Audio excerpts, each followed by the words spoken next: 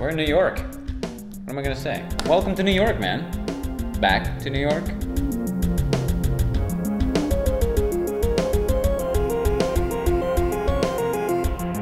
So we're in New York.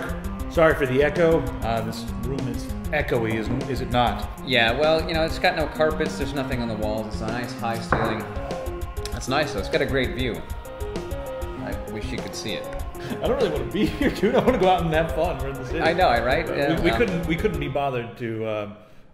We're having the bar and the tech at the same time. Absolutely.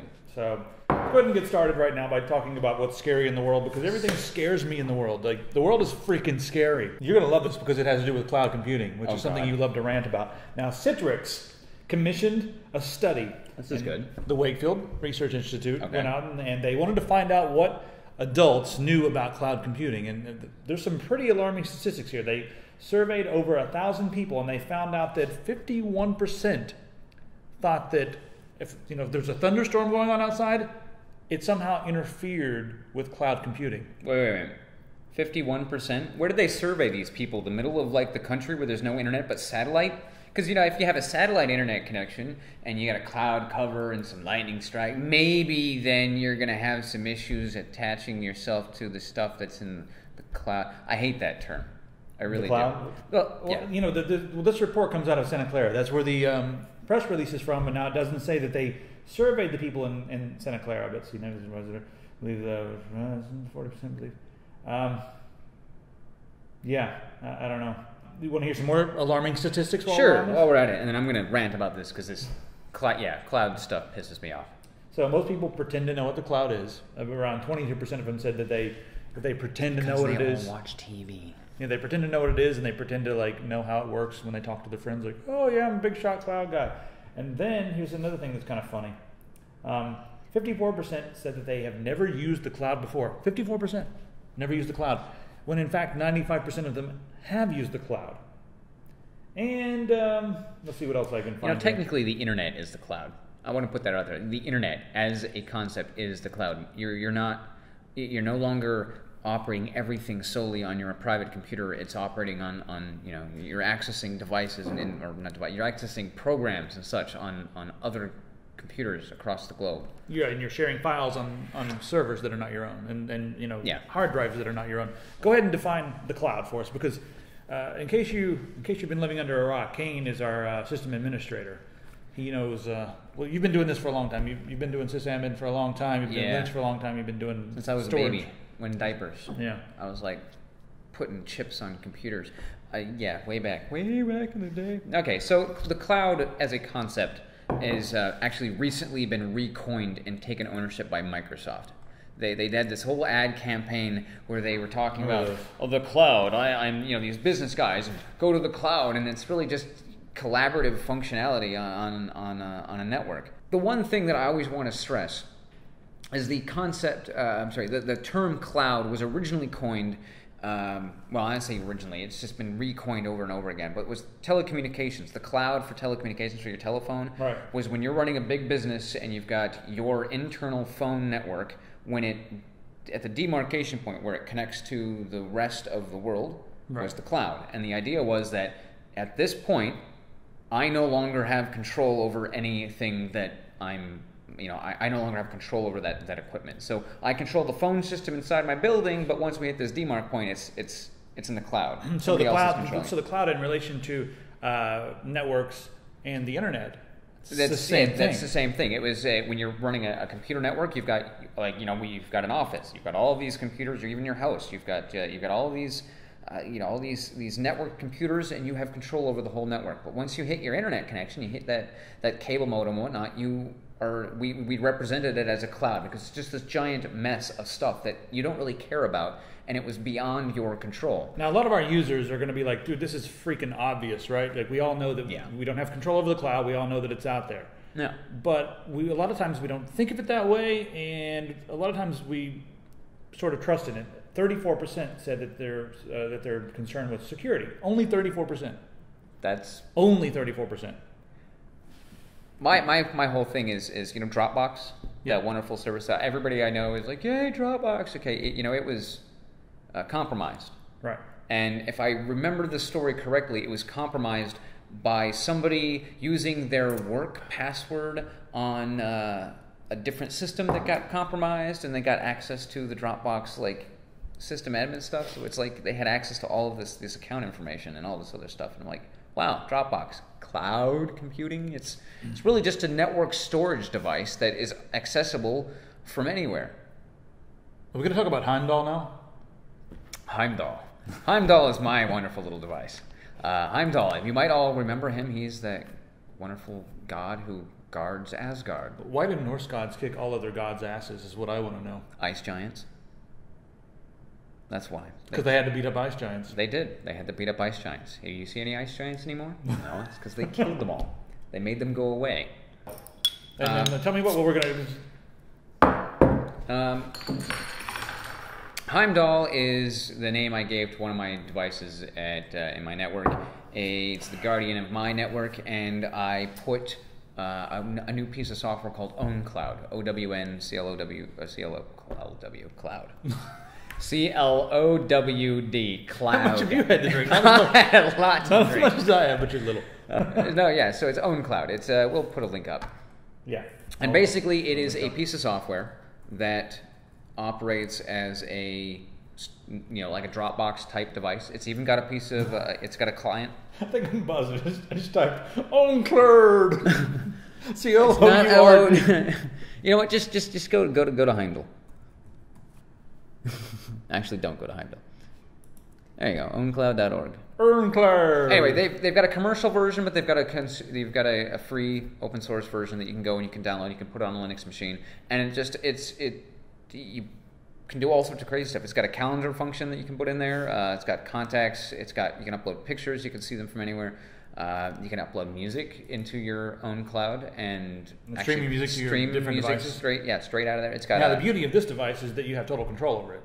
It's that's what I liked about it, was that you to put the software on a machine in your home or in your computer network, wherever that may be, and then you can access it from anywhere, and we can show you how to set all that. We're gonna make a tutorial for this. Yeah, we'll make a tutorial. So what we're doing here is we're promising to get you away from all the evil clouds and make show you how to make your own cloud. But if you want to start now, you can check out OwnCloud. Now the downside to this, and I will put the downside to running a software like this, is that it is running on your network. So you would be giving open access or secured access to your network in one way, shape, or form. I've just got it being routed through my PFSense firewall, so I've had no issues so far. Maple syrup is a beautiful thing, you know. Yes, I do. Well, it's wait, maple syrup. Maple syrup. You know what maple syrup is actually made out of? It's tree blood. It's tree blood. Delicious tree blood. Delicious tree blood. I smother my freaking waffles and flapjacks in tree blood. That's what I'm going to call it from now on. I'm going to make a restaurant. I'm just going to put tree blood. That's what it's going to be. So there's some guys out there who really have a fetish for tree blood. In fact, they've stolen 10 million pounds of maple syrup from a warehouse in Quebec. 10 million pounds. That's worth $30 million. Okay, you know how much maple syrup that is? Yeah, somebody's got a big 10 million pounds of maple syrup. How much? How many trucks would you have to use to steal that? I have no idea, but let me lay down this story right here because it's absolutely ridiculous. So the Federation of Quebec Maple Syrup Producers had a temporary warehouse, and they were going to move the maple syrup from the temporary warehouse to a permanent warehouse, and somewhere before they did that, somebody stole all the freaking maple syrup. And here's the funny thing. The thing that really, made me really want to talk about this. How do you track maple syrup? I mean, there's not like, people aren't used to that. You could either gun trafficking and drug trafficking. Maple syrup trafficking? It's the radioactive isotope that they put into all of their maple syrup. I don't think they put it into this yet. Oh, crap. It was before they put the isotope so that they can track you based on your bodily fluids. Yes. We're going to make you irradiated just so we can know how much maple syrup have you been having today. It's marketing. Yeah. It's God. What would you do with all that stolen maple syrup? Maple syrup black market, or would you? I would put it in a bathtub. Or, no, a giant swimming pool. I would make a swimming pool of maple syrup. You can make a lot more than one swimming pool. I mean, you can make like a... Okay, I'm going to make an Olympic-sized swimming pool of maple syrup. 10 million pounds of maple syrup. That'd be a great workout. Especially if you're really hairy like me. You're like trying to swim around all this hair. You'd have to figure out a way to like adjust the temperature. You'd have to change the... You would have to change the water filters to like maple syrup filters, and you can have this nice... You just said maple syrup filters on the tech. Maple syrup filters. You just said it, maple syrup filters again on the tech. Yes, it did. We should make these maple syrup filters. Oh, praise the Lord. What? Maple syrup filters. You can buy them now. $4.99 easy installments of $4.99. Okay, you're drinking cider, and what the is that? I don't know. We can check it out. I think that might infringe on some Samsung patents. Very possible. Lassen Sie uns auf Deutschland prüfen. Absolutely. Just as expected. Yeah. He's the leader of the Lederhosen troop there. The Lederhosen. I'm going to get shot. Have you seen the time? Yeah, it's about Rant 30. It feels wrong without Wendell saying that. I know. We should just cut in that piece of watch in Rant 30 and let him say it. Oh, I'm going to cut in that. I think I've already done it. Wendell's at Dragon Con. You guys Dude, just I am saw. so jealous now. He's at Dragon Con. Said he hung out with Felicia Day a little bit. I'm definitely jealous. And some other guys that don't matter because they're similar to Felicia Day, but they're guys, so they don't matter. How does that work? I don't know.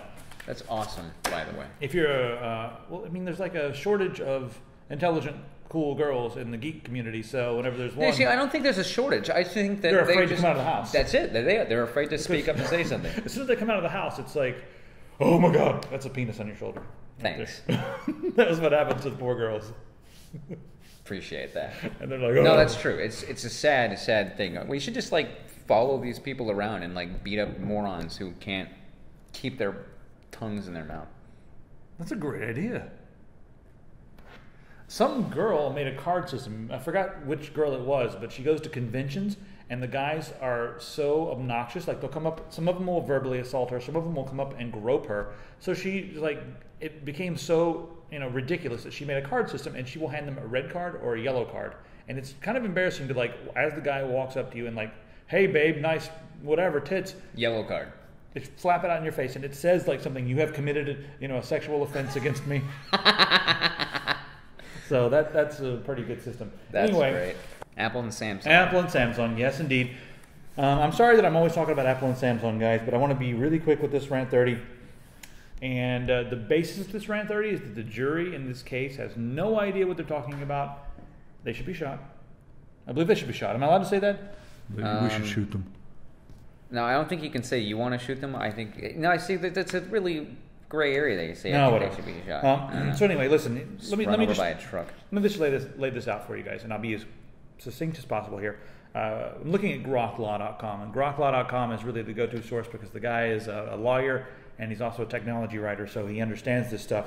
And right after the jury's verdict, he went through and systematically listed all the inconsistencies. For instance, the jury said that the Samsung Galaxy Tab does not actually infringe, but we're going to, assign a $200,000 fine anyway. It's because it was an inducement. An inducement is encouraging somebody else to infringe unknowingly. Even if they induced, they went and looked at the device and said, well, it doesn't exactly infringe on any of the patents. So it was an extremely one-sided lawsuit. And the other thing is they totally ignored all of Samsung's claims. And they totally ignored Samsung's whole presentation on prior art. And prior art means that Apple has all these patents, right? They've got the patents for touch, and they've got the patents for this, and they've got the patents for cartwheels. But little Susie was doing a cartwheel last Thursday before Apple had ever even heard of cartwheels, and someone else was doing multi-touch, and so that was Samsung's presentation, and they totally ignored that in the jury. So the foreman of the jury had a eureka moment, and he recently was on Bloomberg and revealed his eureka, quote-unquote, aha moment that really, led him to believe that Samsung was infringing, and they were infringing with, intent. They were like, we're... That was the whole point, is that it was willful infringement. And that's where the inducement thing, because you can look up the legal term of that. Anyway, this is what he said in his aha moment that changed the dynamic of the entire jury functionality. Was it on Reuters or Bloomberg? It was on... it was on Bloomberg. Go ahead. Okay, so... Here's his aha moment. Aha moment, it goes. The software on the Apple side could not be placed into the processor on the prior art and vice versa. That means they are not interchangeable, and that changed everything right there. End quote. I'm going to read my favorite comment here, and it's also on Grok Law, of course. This is on Hacker News, and the comment says, I think he may have a valid point. Perhaps Apple have invented some new numbers like 1194 that don't fit into old computers properly due to magic and stuff. That's pretty much what he said. The guy obviously has no idea what he's talking about. This must be overturned if there's any justice in this country. It's absolutely absurd, and at least Japan knows what's up. You know, I mean, I've looked at a couple of the Galaxy phones and compared them to the iPhone. They're very similar. And they have very similar. But then again, you know, I've got an HTC G2, and it's got some of the it's just not, you know, it definitely looks different, but it's some of the same concepts that they're arguing here were in those two things. I mean, you go back 10 years, you can find phones that were running Windows Mobile 5 that still had the same kind of look and feel. They were a little clunky and bigger, so we got thinner, and the technology advanced, and everybody's phone is slowly migrating toward this very similar kind of effect. All of this is all because of the advancements in technology. Like I said, at least they got it right in Japan. The Japanese courts threw this case out, and I believe Apple is going to be paying Samsung some money for the inconvenience. And you know why they threw it out in Japan? Because it's different technology. The two devices have totally different technology, so it's not infringing, even though it's similar and looks almost identical. Wouldn't that go back to what this guy said here? Is that the guy had no idea can't be placed on the same process or the processor in prior art? So the guy had no idea what he was saying. Yeah, yeah. This is the same guy who made a comment, but he came out and he made something about that we needed to make the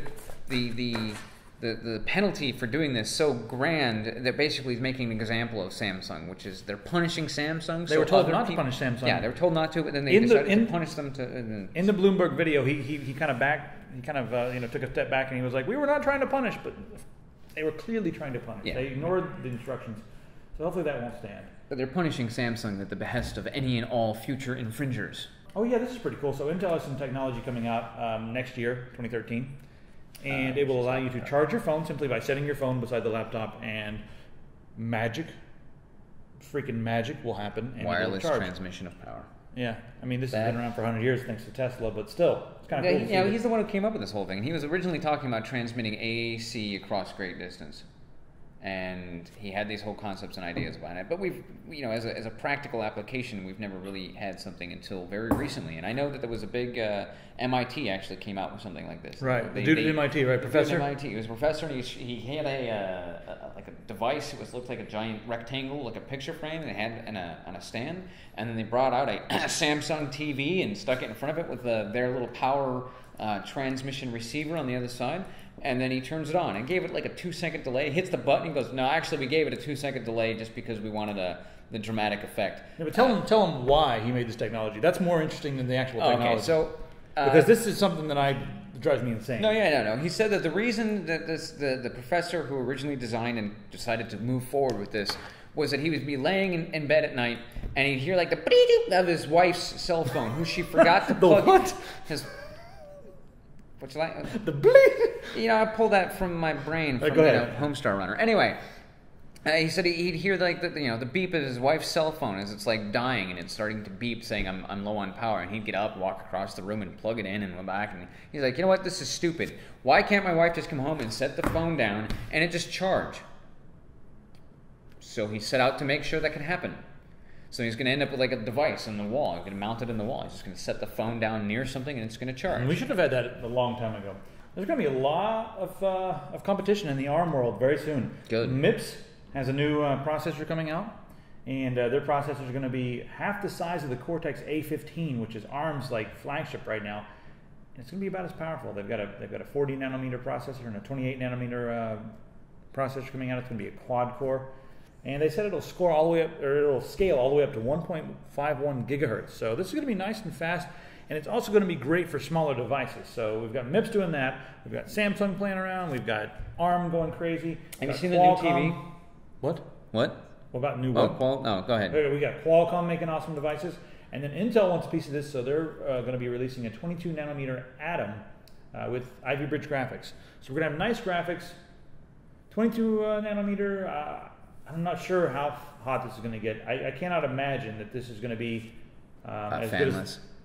Yeah, it's not going to be fan. You might have to put a fan on it. I mean, that'd be fine. I mean, in all reality, you get these little chips that they're still going to be small form factor. It's not going to require a big fan. But 22 nanometers is going to be, reduced heat a lot. Ivy Bridge graphics is going to be nice as well, but You know what? I've seen some insane. The NVIDIA Tegra looks insane. The Qualcomm has even better graphics than the NVIDIA Tegra. That's impressive. I wonder what this thing would look like if you plugged it into that big TV that I was just looking at. Have you seen that? The big monitor? What big monitor? The LG's monitor? Oh, yeah. So they've got like it's like a 29-inch monitor, but it's got a 21:9 aspect ratio. Yeah, that makes the resolution. What is the resolution on that? The resolution is 2560 by 1080. That's so 2560 by 1080 on a 29-inch monitor. Now the reason that they've picked this is not some like arbitrary number like, oh, let's make a weird 29-inch monitor. No, this is sort of the resolution that a lot of movies are coming out in, like Blu-ray movies. If you've purchased like a 1080p television set or a 1080p monitor, and then you've popped the movie in there, and you're like, wow, the black balls on the bottom and top. It's like I thought we got out of that when we went to these widescreen monitors to begin with. Yeah. But no, even then, no. You look at the back of any movie, and you'll see the aspect ratio. Most of the time, it's like 2.185 or 221. I mean, it's some odd aspect ratio. It's not necessarily a 16:9. Well, you know, movie directors like ultra wide screen. You know, again, this is also the advancement of technology. As things progress forward, we're like, hey, we could do this and this and this. We make this wider. You know, I like ultra wide screen. It's sort of like Super 35. Is that what it's called? Super 35? I think so. 35 plus. Super 35. It's just you get nice wide, and you get more shots per roll, or more frames per roll of film. Yeah. I like the way it looks. It's nice and widescreen. Some people are like, it's so widescreen you can't see it. And I'm like, yeah, but if you make it really, really big, you can see a lot more on the sides. Oh, absolutely. You know, and I can just imagine plugging this thing into an iFinity, to be honest with you. Imagine having 3 of these things side by side. You won't even... Oh, God. I mean, really, you could literally see behind you. iFinity with 3 21:9 aspects. It's so cheating. Yes. But you got to remember, you're going to have to turn your head. So you're going to be like, crap, you're going to like, oh, over here. And you're going to have to track back. I mean, you're going to literally, it'll be great for driving simulators. Imagine having driving simulators. You can actually see out the side. And... speaking of games, Windows 8 promised games, damn it. And they've got the Xbox app, damn it. Oh. And they promised games on the Xbox app, damn it. So here's what they've released a list of 40 games that they've promised to. Let's see some of the cool highlights on this one here. We've got Angry Birds. It's just Android all over again. And Angry Birds Space. Mm-hmm. And Fruit Ninja's on here, yeah. Gunstringer, Hydro, I Stunt 2, Jetpack Joyride. Skulls of the Shotgun. What the hell does that mean? I have no idea. Okay, I'm not going to make fun of these games. It's more like the fact that these are the games that they're putting on Windows 8. Right. For a tablet? What are they trying to say about Windows 8? It's a tablet OS. You know what? Maybe they're just leaving Steam alone, and they're like, you know what? Steam can totally have the hardcore gaming market. But Steam also has the indie gaming market. Steam has the desktop gaming market. Speaking of Steam, this is really cool. So Greenlight has been out for a couple days now, and I don't know. What do you think about Greenlight? In case you're just tuning into the gaming world, here's what Greenlight is. Greenlight is a platform. It's part of Steam. And it allows the community to see independent games that have not been released and have not been approved by Steam. So if you're an independent game maker, you can submit your game, and we, the community, can all go on there, look at it, make comments, help you, and if it gets enough upvotes, maybe it'll end up on Steam proper. Now, this came about because there was a whole list of games that Steam gets all these game submissions, and they were just arbitrarily kind of saying no, crap, and then was it Gabe Newell? He came out and he was like, you know what? Why are we deciding what games people want to play? It's genius. Let's let them decide what games they want to play. My fear in this is that you're going to have those 5, 6, 7 retardo troll guys who are just going to come in here and just make this crap hell. It's like, look, they're giving us a gold mine. Don't destroy it. Yeah, don't ruin it. That's the problem right now. The commenting system is absolutely ridiculous because there's no up and down vote. So you're going to have some idiot trolls. I mean, most of the people on here seem to want to. They seem like they want to be productive. But you've got some idiots who get on here and be like, what is that? It's Zombier. And it's just some like big boobed rabbit thing. But the cool thing about that is, you can submit any game you want, and we are going to trash it. If you submit Zombier, an absolutely tasteless, game about beers and boobs and zombies and butts. I don't care if this thing ends up on Steam. I really don't. I don't care if people come in here and make some valid arguments. I really would like to play this kind of crap. The boobs look stupid, but the games look cool. Oh, whoa. Grow up. Not all of us are 13. This has to be the most pathetic attempt of pandering I've ever seen. So, I mean, like, that's kind of cool. The guys are letting them have it, and that's what they deserve if they release a game like that, or put a game like that. No, and that's fine. It's going to be able to vote the game up and down. Comments are comments. People are going to say something. You're going to make a good argument, make a bad argument, but just be intelligent about your arguments that you make on here. Don't get in there and go, "This is stupid." That one right there, he was making a point that he thinks that this is immature and it's a pandering, and that not all of us are 13. Totally pertinent. While I sit back and I think that the comment is a little more, aggressive. He could have made a much more intelligent, argument, but say the same thing. I'm about let's be intelligent about this as opposed to just. There's a lot of cool games on here, but there's a lot of really simplistic graphics. I wonder if the 8-bit graphic thing is going to get overdone. What do you guys think? I'm up for that. The reason I like the 8-bit graphic, and I hope the 8-bit graphic thing kind of actually takes off and gets overdone, is because not everybody is this really great graphic artist, and not everybody has access to somebody who's a capable graphic artist that can actually make. It takes skills to make graphics like this. Oh, absolutely. I mean, it does. It does take skills to do that, but it's a simpler thought process. I can make graphics like that. I can't make Crysis. All right. What else do I have on the list here? Neverwinter. There's a new MMORPG coming out called Neverwinter. It's from the guys at, where the hell are they at? BioWare? Cryptic Studios. No, BioWare did Neverwinter Nights, but this is Neverwinter. So Cryptic Studios, they just shut down City of Heroes. So that's kind of sad. Yeah. I didn't really play that much, but I mean, people love that game. I mean, it's one of those things where that's a game that was very, very popular, and they just decided to cut it out and go in a different direction. Like, is it not making money? I mean, what's going on? I don't know. Well, anyway, they got Neverwinter coming out, and there's a trailer here. I'll put a link to it, but I'm not going to show it right now. So there you have it. What's this? Oh yeah, a little bit of a preview here. I just want to mention one thing before we go. In the hardware world, we do have the GTX 780 coming out this year, and we also have the new ATI graphics card 7870, 7890. Those will be out this year. So good things are coming this year. I'll be getting some of those for review, so stay tuned for those.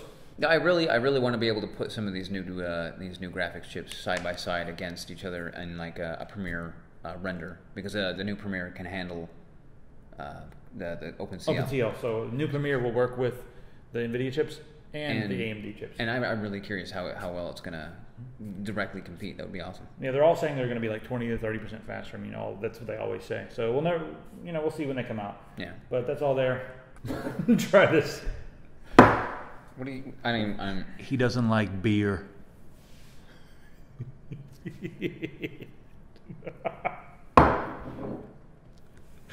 I don't know why this never gets old.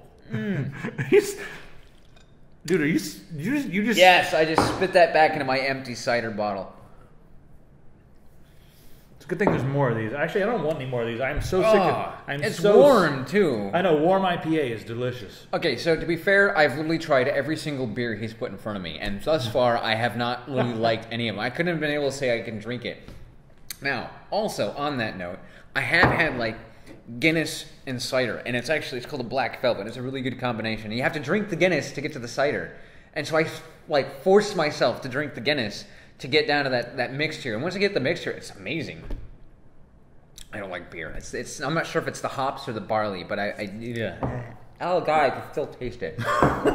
I'm going for a stout. I'm so sick of IPAs. Why does everyone during the summertime think, oh, it's got to be IPAs everywhere you go? Anyway, thanks for watching this terrible show in New York with the echo. Echo! It was weird. So, yeah, next week will be normal, and I won't be intoxicated. You'll be here. I'll be here. Yeah.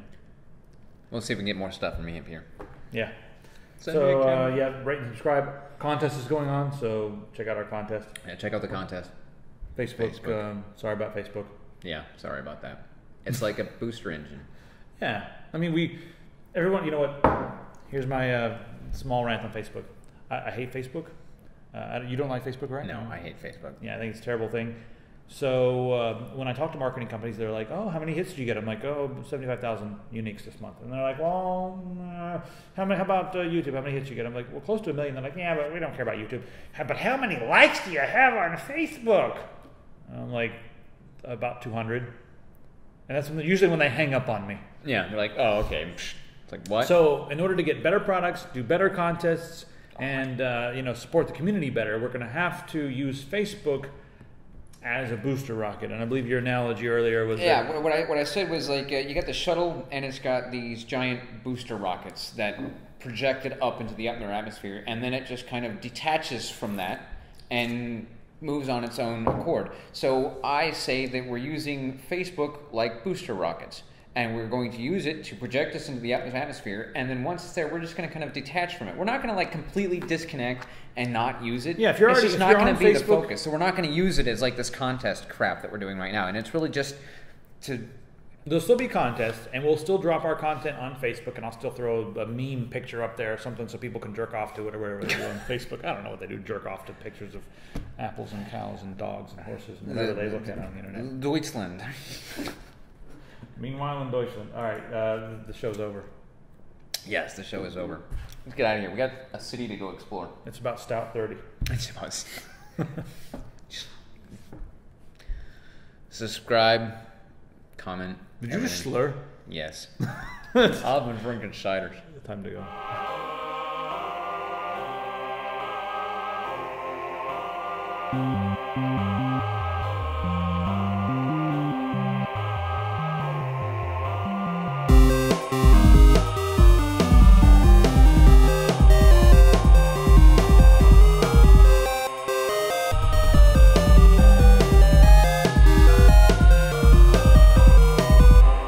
Maple tree blood.